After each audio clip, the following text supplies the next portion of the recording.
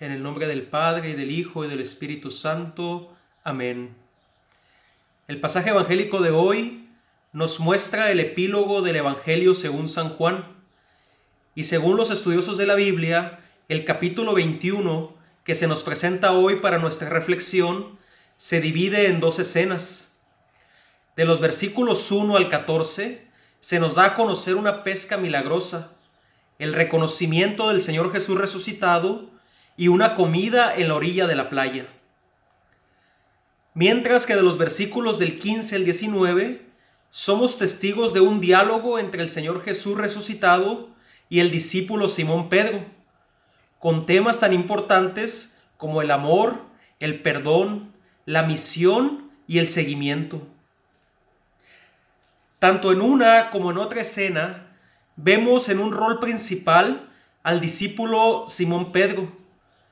Y esto nos da a entender que el mensaje evangélico de hoy, a la luz de la resurrección del Señor Jesús, nos pudiera estar invitando a recibir y a reflexionar el misterio de la persona de este discípulo, para darnos cuenta de su itinerario espiritual y vocacional, pero al mismo tiempo ver reflejado en nosotros cómo los frutos de la resurrección son visibles en la medida en que nos dejamos transformar por el amor misericordioso del Señor Jesús. Hoy también es una llamada para que, llenos de fe, manifestemos que el Señor Jesús ha resucitado y que nos ama, que nos perdona y que nos sigue llamando a seguir sus huellas, para que, llegado el momento de nuestra muerte, vayamos al encuentro de Él y obtengamos el premio de la resurrección. Y bueno, el pasaje evangélico de hoy nos dice que esta fue la tercera vez que Jesús se manifestó a los discípulos después de resucitar entre los muertos. Este verbo manifestar es un término técnico para indicar que verdaderamente el Señor Jesús se dejó ver por sus discípulos, pero también significa que tomó la iniciativa con una finalidad particular. De ese modo, no solo era el evento de su resurrección y de aparecer enfrente de ellos para convencerles que había resucitado, ya que esta era la tercera vez que lo hacía, sino más bien su manifestación se puede contemplar como un evento que nos recuerda y actualiza siempre la historia de amor, misericordia y fidelidad a la cual estamos llamados en nuestra relación con Dios y con el prójimo. Pero también nos recuerda y actualiza que al vivir los frutos de la resurrección hemos de tener diversas transformaciones que indican pasar de la muerte a la vida, del pecado a la gracia, de la traición al perdón, de la esterilidad a la abundancia, de la llamada a la respuesta. Por eso, con el presente pasaje evangélico, no solo comprendemos el camino que tuvo la primera comunidad cristiana después de la Pascua, sino también el camino individual que sucedió con un hombre como Simón Pedro. Y mis hermanos y hermanas, entrando ya en el relato evangélico, curiosamente se nos presenta el mismo contexto de la primera llamada que tuvo Pedro y los demás discípulos. Ellos se encuentran de nuevo en el lago de Tiberíades, llamado también Mar de Galilea. Y los signos que leemos nos dan a entender que el aspecto vocacional de una persona continúa aún en un ambiente de resurrección. Pedro y los demás discípulos vuelven a su vida cotidiana, a realizar aquello que hacían antes de su llamada al seguimiento del Señor Jesús. Continuaron su labor de pescadores, pero también con esto continuó el cansancio que muchas veces produce la esterilidad de una vida cotidiana sin el Señor Jesús. Por ello, el evangelista nos expresa con la primera escena que solo cuando el Señor Jesús guía nuestros trabajos y nuestras labores, digamos que guía toda nuestra vida, es que podemos alcanzar la fecundidad y la abundancia que se reflejan en una vida plena y feliz. Es siempre pues el Señor Jesús que toma la iniciativa para indicarnos dónde hemos de pescar, dónde hemos de trabajar, qué hemos de hacer. Y aun cuando nosotros muchas veces pues seguimos sordos a su voz, y muchas veces los frutos de su resurrección no son totalmente en nosotros, Él sigue siendo fiel y nos sigue acompañando en nuestra vida.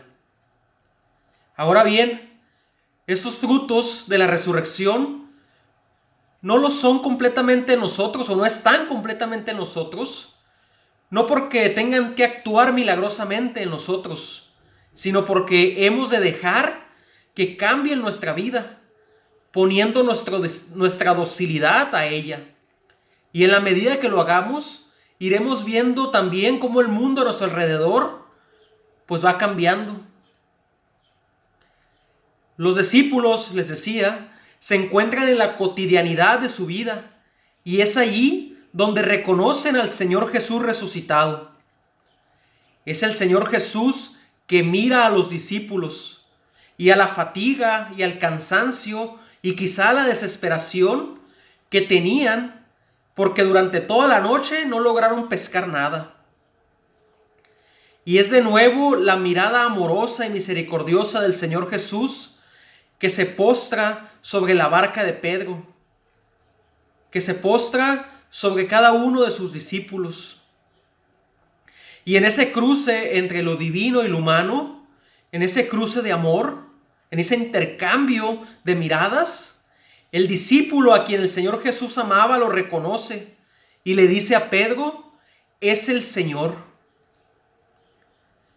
Entonces es que Pedro se da cuenta que solo el Señor Jesús tiene palabras de vida eterna, palabras de verdad, palabras que en la práctica de pescar le habían indicado echar la red a la derecha de la barca. Y con esto Pedro se había dado cuenta que solo el Señor Jesús es capaz de transformar una realidad estéril en una abundante, y de transformar una realidad de muerte en una llena de vida. Pedro reconoce que el amor y la misericordia del Señor Jesús siguen intactos, es decir, vuelve a creer y ve un indicio de que el Señor Jesús, como resucitado, ha vuelto en medio de ellos, no para juzgarlos por sus temores, sus traiciones, sus malas decisiones, sino para atraerlos nuevamente con su amor hacia Él, y para no dejarlos solos en medio del mar oscuro, peligroso y tenebroso que puede representar el mundo. El Señor Jesús se encuentra con ellos, y Pedro ve esta realidad. Por ello, salta de la barca lleno de fe y de esperanza, sin el miedo de que sea un fantasma, sino más bien con el deseo de encontrarse con el Señor Jesús resucitado. Y detrás de Pedro llegan los demás discípulos, que curiosamente son los mismos discípulos que estaban con él durante su llamada, y que ahora de nuevo son cercanos para encontrarse como familia, como iglesia, con el Señor Jesús resucitado. Es aquí que entra en escena el comer juntos, el compartir la vida, el donarse unos a otros. Ya había amanecido, así que difícilmente se pudiera considerar una cena, quizá más bien un desayuno. Pero en sí, los signos del pan y del pescado que nos presenta el evangelista recuerda el signo de la Eucaristía, un momento en el cual el Señor Jesús se hace presente en medio de la comunidad, y donde la comunidad lo contempla, lo redescubre y lo recibe con amor, con afecto y también con una necesidad de estar con Él, de estar en su presencia. En cada Eucaristía, hermanos y hermanas, el Señor Jesús se hace presente para que estemos con Él y para que Él esté con nosotros.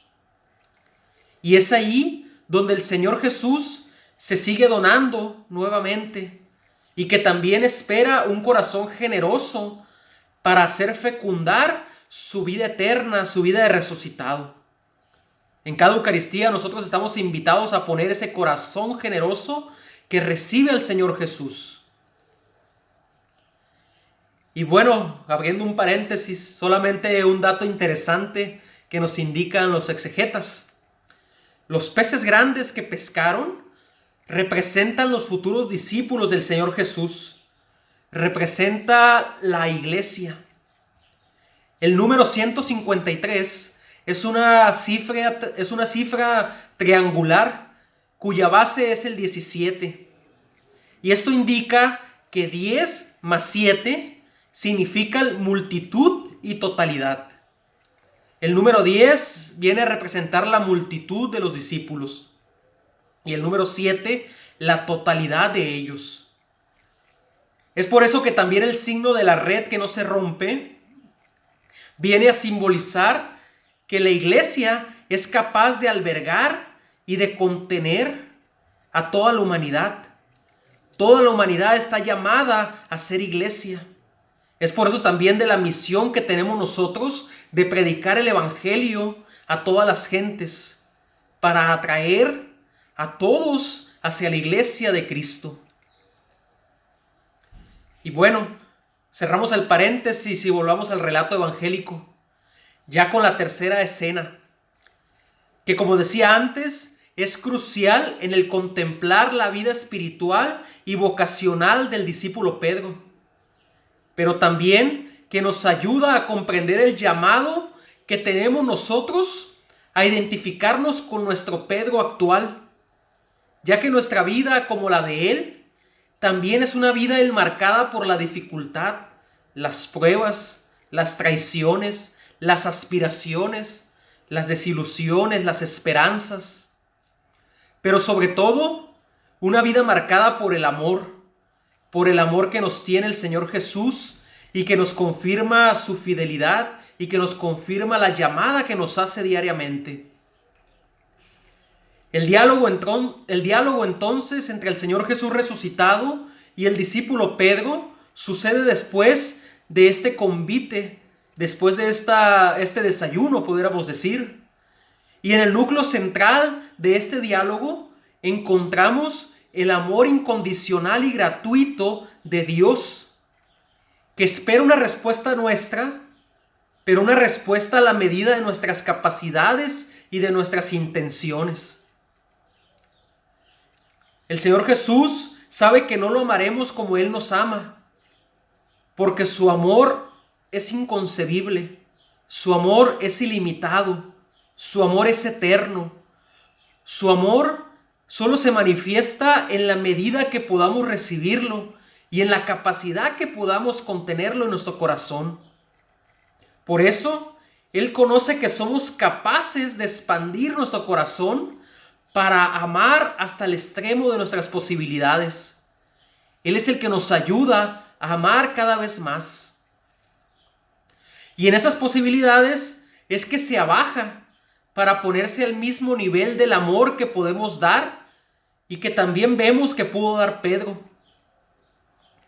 Ciertamente el Señor Jesús buscaba en Pedro un amor total, un amor oblativo, un amor que no se dejara nada para sí. Un amor que pudiera dar la vida, pero bien sabía que entre la debilidad de Pedro y su deseo de amar, verdaderamente había un camino que realizar. Es por eso que el Señor Jesús se abaja para amar de acuerdo a como Pedro podía amar. Pero también, por ello, el Señor Jesús, para que el deseo sea más grande que la debilidad, le confirma en su misión a Pedro. Lo llama de nuevo a ser el pastor de sus ovejas. Y esto significa que Pedro debe apacentar a la grey del Señor Jesús sin el miedo de donarse a sí mismo, de donarse totalmente a Dios y a sus hermanos. Así le manifiesta también que seguir adelante es que su pasado ya había sido completamente perdonado. Así también le manifiesta que a partir de la resurrección inicia para Pedro una nueva existencia y le manifiesta que el único modo de donar su propia vida es dejándose guiar por la voluntad de Dios, que consiste en seguir e imitar al Señor Jesús durante toda su vida, inclusive hasta morir como el Señor Jesús murió, teniendo una muerte en cruz. Por eso nos damos cuenta que solo en el amor, en el servicio, en la donación, en la entrega, en la generosidad, en el ser siervo de todos, es como podemos ser más auténticos seguidores del Señor Jesús. Y esto se logra solo confiando en que somos sostenidos en nuestro caminar por la persona y la gracia del Señor Jesús. En su seguimiento es como encontramos la fuerza, la alegría, el coraje, la pasión para no cansarnos de amar. Solo para finalizar, hoy recordemos especialmente al Papa Francisco y pidámosle a Dios por él para que siga sosteniéndolo en el amor y la verdad. Pidámosle a Dios también que veamos en el Papa Francisco a otro Pedro, uno que en continuidad con el apóstol también tiene sus momentos de debilidad, pero que al mismo tiempo tiene su fe puesta en el Pastor Supremo, que es el Señor Jesús. También pidamos al Señor Jesús que nos ayude a nosotros a leer con ojos de amor y misericordia nuestra propia vida vocacional y espiritual, para que guiados por Él podamos hacer nuestros los frutos de su resurrección. Hasta aquí la reflexión. Dios les bendiga. No se olviden de darle me gusta al canal, me gusta al video y de compartirlo con todos sus seres queridos. Que así sea, pase bien y hasta la próxima.